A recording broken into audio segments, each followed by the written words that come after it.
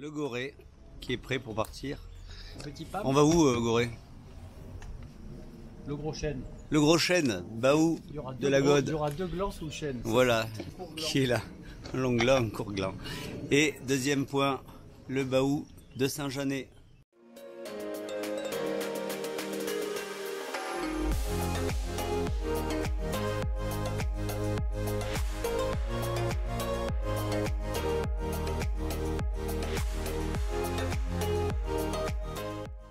Et allez, on va faire un petit plein dans un coin qui est connu, n'est-ce pas Goré? Tu te rappelles la fontaine devant nous? La dernière fois on est parti en rando, j'ai perdu toute l'eau, les 3 litres d'eau, j'étais tout au sommet là-haut, j'ai dû tout redescendre à pied. Ah bon? Voilà, ouais, à cette fameuse fontaine. C'est une des rares fois où Goré est avec moi sur les vidéos. Ouais, mais c'est d'habitude.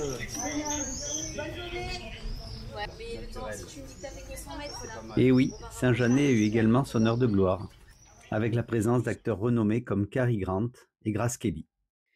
Car c'est bien ici qu'a été tourné le film d'Alfred Hitchcock, La main au collet. Il va se faire bouffer par un serpent. Et on commence le petit chemin pavé qui monte au Baou. Ouais. Rien. Baou de Saint-Janet par le GR51. C'est parti. Nous sommes sur une voie romaine, une nouvelle fois. Et c'est le seul moment de monter un peu raide de la balade. Puisqu'après, on sera sur du... Dès qu'on sera au sommet là-haut, sur du coin qui sera très vallonné. Donc on fera dans l'ordre. Comme on l'a dit, le Baou de la Gode, le Baou de Saint-Janet, balise 94. Et là on attaque la piste et on descendra sur le Castelet qui est un des points d'intérêt principaux de Saint-Janet, puisque c'est un château qui date du Moyen-Âge et qui a une histoire vraiment particulière, qui appartenait à la famille de Villeneuve, plus exactement à Romée de Villeneuve. Et on fera un point sur ce château un peu plus haut, qui est en ruine mais qui est vraiment magnifique. Donc le Castelet de Saint-Janet.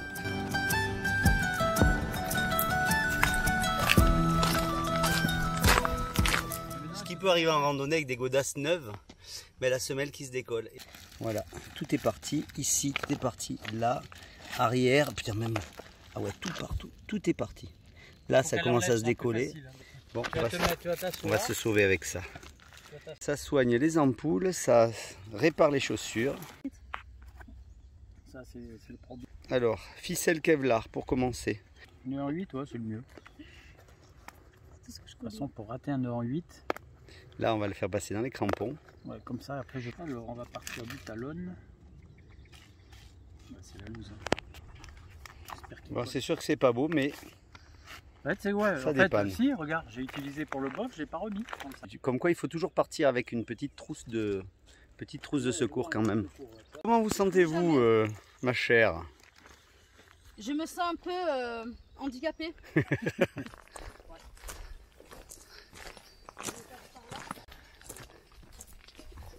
Allez, on espère que ça va tenir à monter. Hein. Eh bien, changement de programme. La rando des deux glands, mais pas sous le grand chêne. Voilà, la rando des deux glands ne se fera pas sous le grand chêne.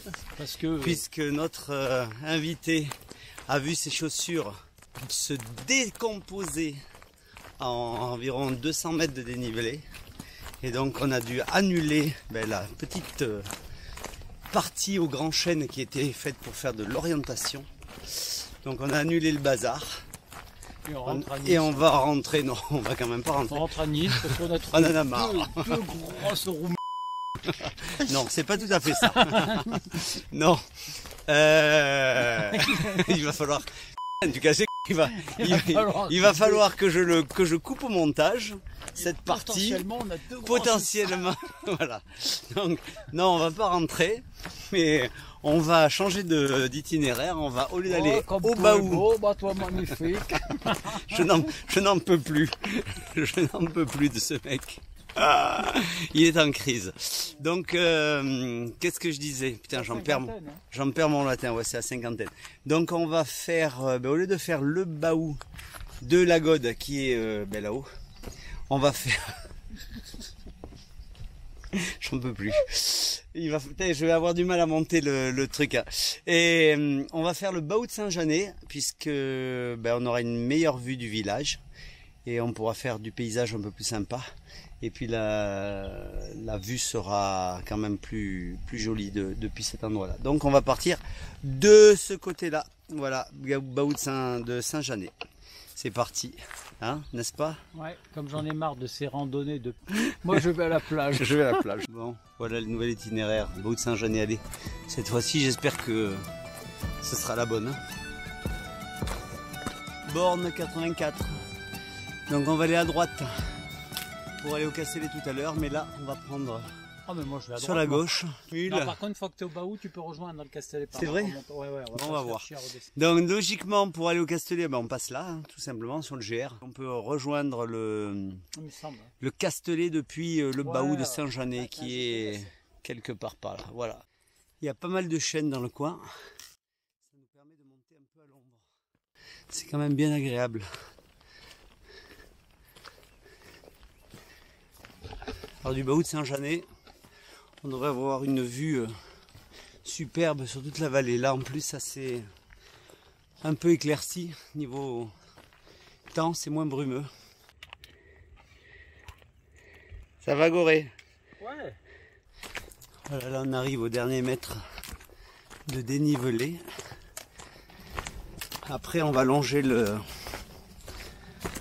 baou et se retrouver dans un coin qui est quand même un peu plus plat, ce sera plus sympa.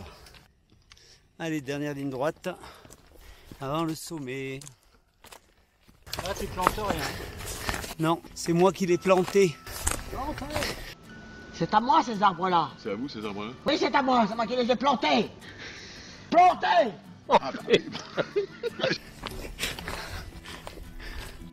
Bon, je crois que j'ai perdu mon pari.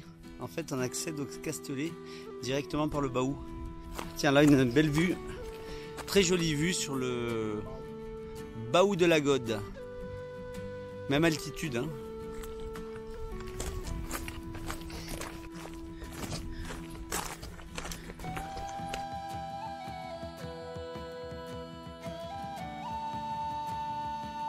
Le coin est bien calcaire.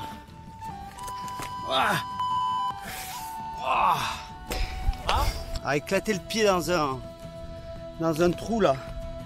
J'aurais des godasses plus légères, c'est bon. Comme quoi des bonnes godasses un peu rigides, même dans un coin accessible comme celui-là, là, c'est pas mal.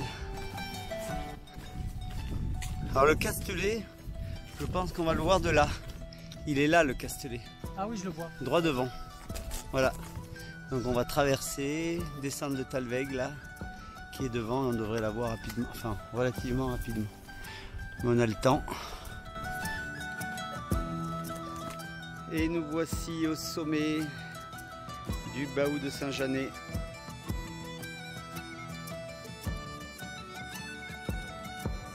Une vue très aérienne, vertigineuse même je dirais. Ouais.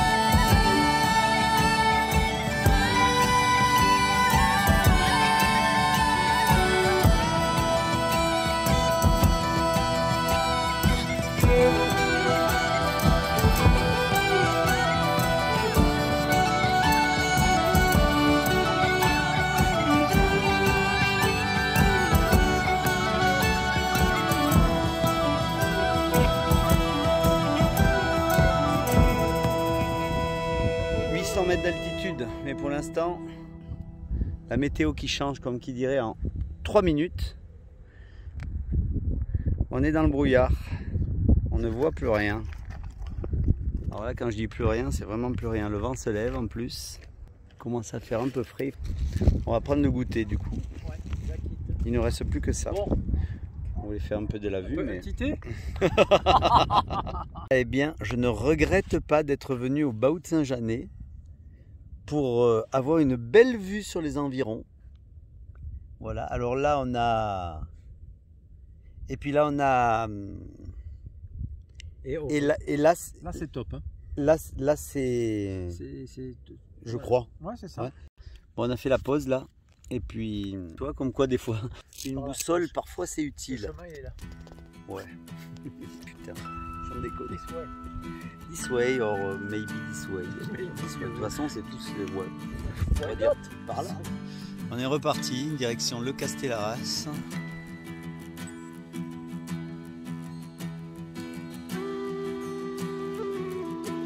Putain, je le vois même plus. Quelques mètres de distance.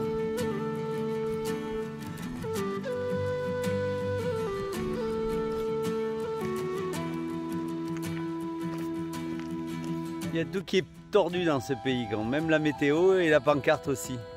Bon, le Castellet GR51, ben par ici. Voilà, on le voit au fond, mais en fait c'est un gag, on ne voit pas. Voilà, allez.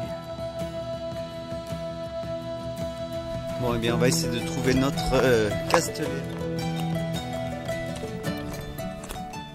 Alors le Castellet, pour l'histoire, il est construit sur un promontoire rocheux qui est un ancien Castellarras, qui est un ouvrage défensif qui était destiné à protéger toute la haute vallée de la Cagne, qui donne accès en fait au village de Coursegoud et de Bézaudun les Alpes.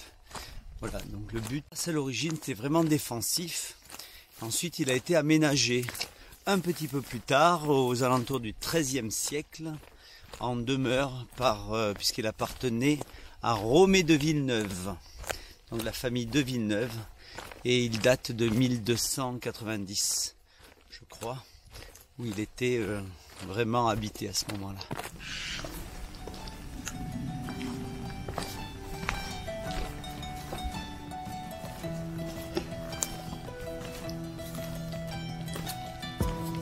Le temps est deg, mais l'ambiance est sympathique. C'est un peu surréaliste. Ouhou, ça s'épaissit. On est en Irlande, non? Et le coin est sympa. Chouf, qu'est-ce qu'il y a? Qu'est-ce qu'il a vu le goré?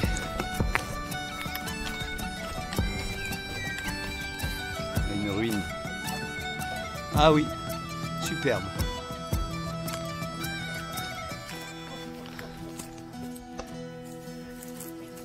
Ah mais là on peut se... Ah oui, là il y a de quoi. Franchement, en cas d'orage, putain c'est excellent. Ouais, là il y a de quoi dormir. Bon, peut-être l'étanchéité. L'étanchéité, c'est peut-être un peu moyen. La bâche au-dessus. Par contre, le sol est propre, malgré tout. C'est pas mal, hein.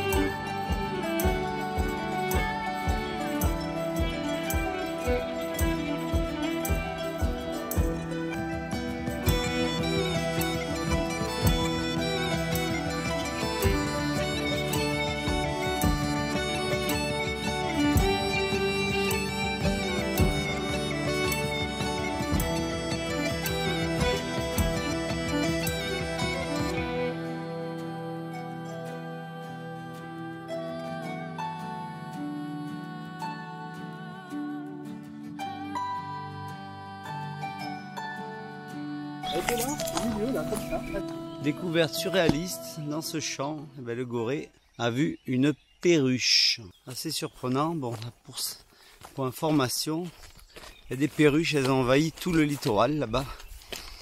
depuis le parc de Vaudreuil, Cagnes-sur-Mer, Villeneuve-Loubet et tout le coin. En fait, elles ont les nids là-dedans. Et il doit y avoir des nids, voilà. Le problème étant que les perruches, c'est pas une espèce d'ici, c'est une espèce invasive, donc c'est pas terrible.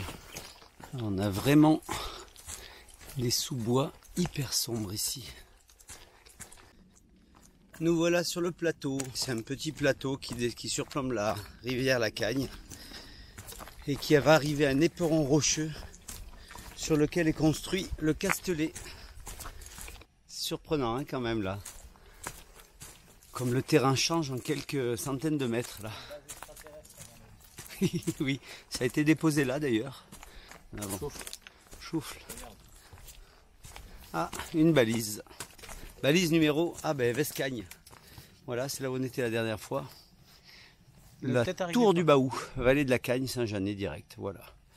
C'est donc par ici. Et voilà la silhouette du château du Castelet. C'est magnifique, hein, c'est vrai que c'est fantomatique avec ce brouillard là. Et voilà notre petit pré. Ah oui, il s'est écroulé. Putain, on avait dormi là il y a... Combien qu'on était venu là? 20 ans. Il y a 20 ans, on avait fait un bivouac ici. Après une longue marche.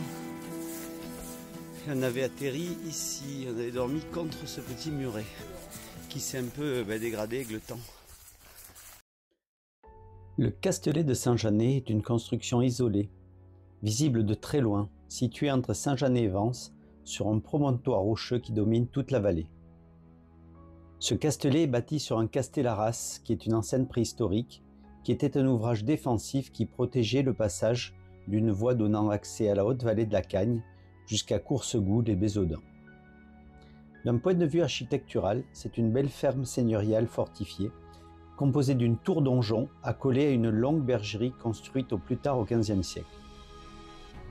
Au XIIIe siècle, il appartenait au célèbre Romée de Villeneuve, premier baron de Vence et sénéchal de Provence. Il a été habité jusqu'à la dernière guerre et occupé ensuite par des maquisards pendant la Deuxième Guerre mondiale. Aujourd'hui, s'il est en mauvais état, c'est parce qu'il a été détruit par les Allemands car il représentait un point de repli pour les maquisards. Peu avant son décès, Romée de Villeneuve lègue tous ses biens, dont le Castelet, à son fils Paul. Ce qui fait l'intérêt de sa visite, c'est que le Castelet est l'objet d'une légende qui est restée tout au long de son histoire. Elle concerne un certain cousin de Romée, Arnaud de Villeneuve, qui était premier médecin du roi d'Aragon Pierre III. Il était aussi un astrologue et un alchimiste très connu au Moyen-Âge. Arnaud de Villeneuve avait une réputation quelque peu sulfureuse. Son statut de médecin réputé, ainsi que d'alchimiste, l'ont poussé à réaliser des études très en vogue au Moyen-Âge, notamment la fameuse mutation du fer ou du plomb en or.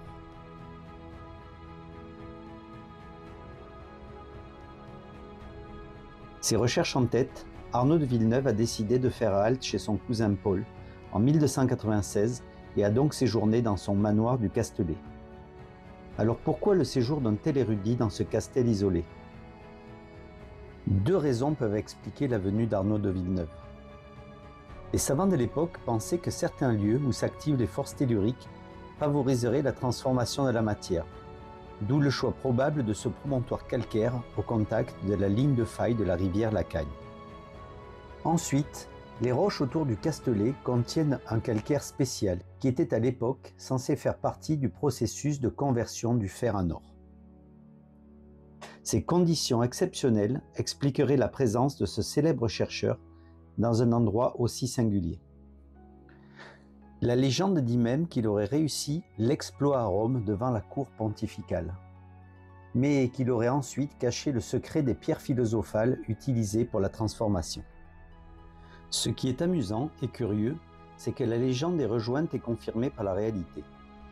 En effet, en 1938, l'occupant de la bergerie, un certain Jeannin Trastour, découvre dans un mur une poterie remplie de pièces d'or et de lingots de taille réduite.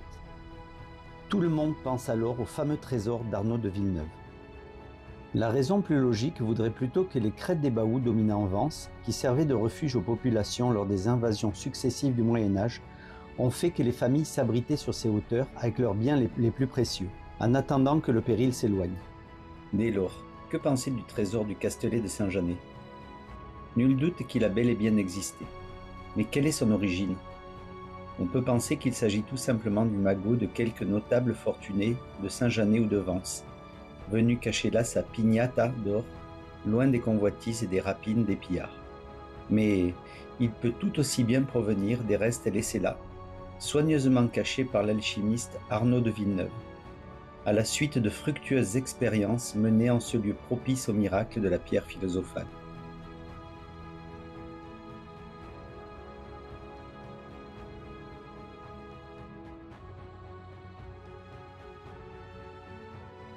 C'est à vous de vous faire votre opinion en visitant ce lieu inspirant. Le nid d'aigle du Castelet conserve encore en ses flancs ses secrets bien au-delà des siècles.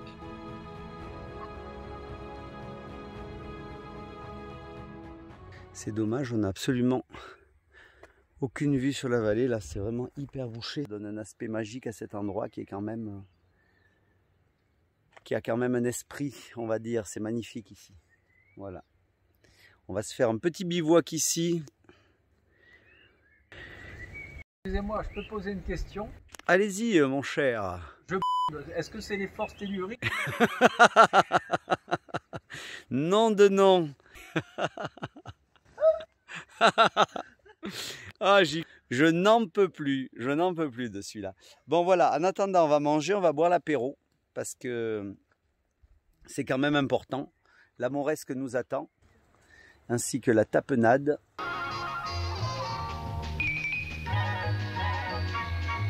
Voilà le bivouac. Il est enfin monté. Le gorille, il est un peu cuit, il est un peu éclaté. Un coup il a chaud, un coup il a froid. Ouais, mais je sais pas. Ouais, c'est spécial. Et alors, qu'est-ce qu'on a pour le bivouac? On l'avait présenté la dernière fois, mais on a 2 MSR 3 Hiker. C'est vraiment parfait pour aller sous la bâche, éviter les tiques, hein, parce qu'ici il y a quand même pas mal de tiques dans le coin. Un polycry dessous, et on a une bâche en Cuban Fiber qui pèse, combien elle pèse? 400 grammes. Ouais, il y a un peu plus. Le 3 Hiker doit faire les 300 grammes, donc pour 700 grammes on a de quoi s'abriter, voilà. En 500 grammes chacun, on a un petit bivouac sympa, voilà. Eh bien oui, c'est encore un trinquage bien en règle, Chin Mongoré, un petit pastis de Saint-André-les-Alpes. Ouais, il est très bon. Alors? On n'attend pas Patrick? Avec une petite eau fraîche de Saint-Jeannet et un beau bivouac. Voilà, tout le monde est heureux. Il y a du pain, il y a quoi? La base, fromage, tapenade, pain, pastis. Sardine. Allez, chino. Ça, c'est une dédicace, hein, pour Camille. Ah ouais, pour notre ami Camille qui sera avec nous. Le prochain, t'es là, hein, tu bois. Tu vas le boire, le pastis, tu vas le boire. Au réchaud à gaz, c'est léger. On avait fait l'essai. Voilà. On met ça. On attend que feu. Bon, il ne faut pas être pressé. On n'est pas pressé. Exactement. Voilà. C'est ça qui est bien. Et passer à la sardine. Il va y avoir du parfum ce soir. Sardine sur la pierre. C'est pas mal. La nuit est tombée. Notre petit château, il promène son ombre derrière nous. Ce qui est bien, c'est qu'au milieu, on va mettre les sacs et les chaussures, Goré. Ouais. C'est nickel. Ouais, c'est bien. En espérant que Non, je déconne. les nuages J'ai dit stop. nous laissent tranquilles pour cette nuit.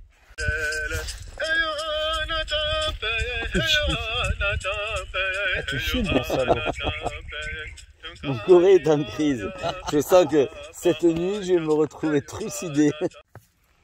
Petite reconnaissance de nuit. On est sur l'enceinte qui cerne le Castelet. On a une belle vue sur toute la baie des Anges. Ah bah tiens, on va le voir de nuit, notre beau château. Une ambiance spéciale. Chier dans les bois, dans la nuit en plus.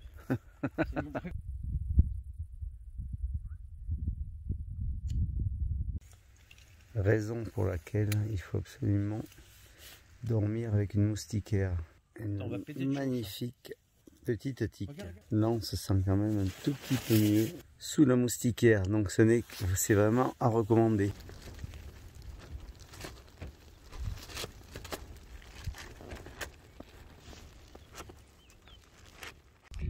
Ouais, il a fait mauvais toute la nuit.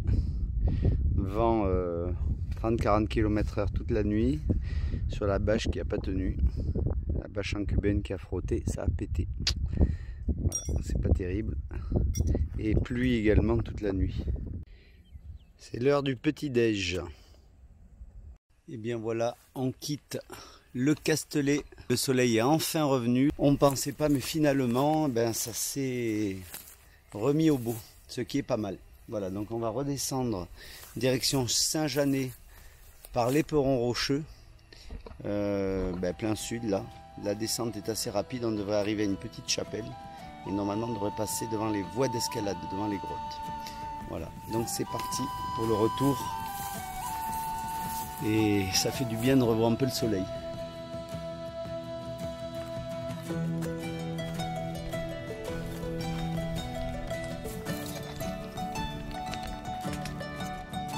Et on dit au revoir au Castellet, dans lequel on n'a pas malheureusement trouvé de trésor.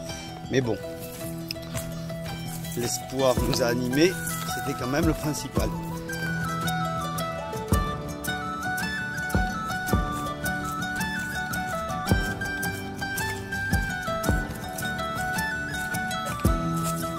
Le coin est assez sympa, c'est frais, apparemment c'était exploité parce qu'il y a des... Il reste encore des cerisiers par ici.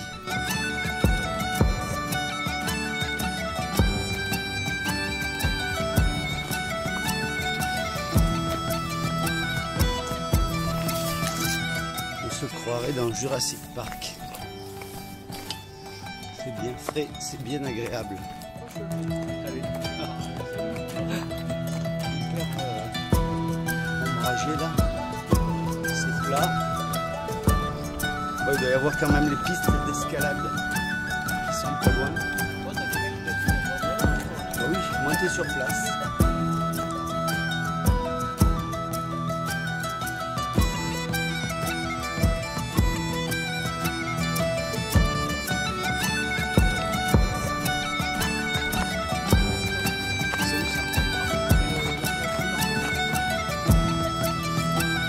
Encore un magnifique abreuvoir.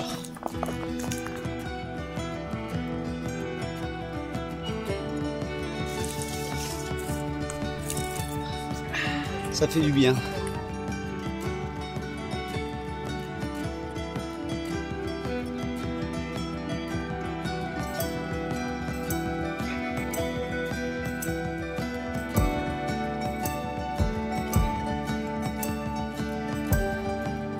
Jolie petite chapelle. Alors c'est Notre-Dame des Baous.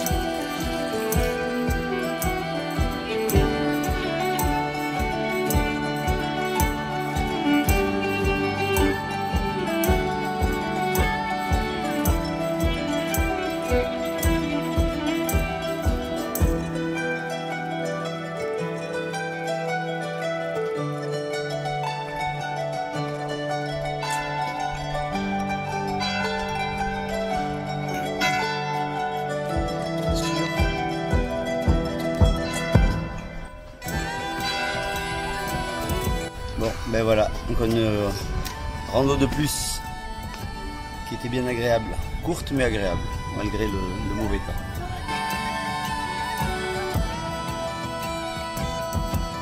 Ben après cette visite de Saint-Janet qui était bien sympathique, N'oubliez pas de laisser un petit pouce bleu, de vous abonner.